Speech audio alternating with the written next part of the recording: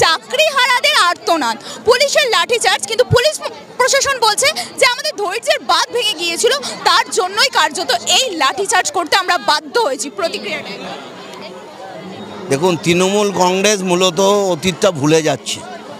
আজকে ওদের একাধিক মন্ত্রী, একজন নয়, বারবার বলছেন যে এভাবে রাস্তা অবরোধ করে কোনো আন্দোলন চলে না।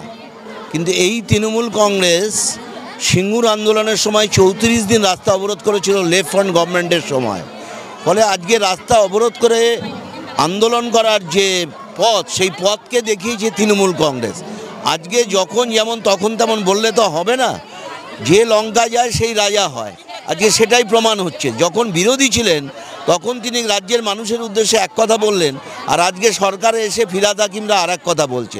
ফলে এই যে দ্বিচারিতা, এই দ্বিচারিতার কারণেই এই সরকারকে অবিলম্বে চলে যেতে হবে। যখন যেমন তখন তেমন, যেখানে যেটা অ্যাপ্লাই করা যায় ওরা সেই কথা বলে নির্বাচনী বৈতরণী পার হতে চাইছে। এটা বেশি দিন চলবে না।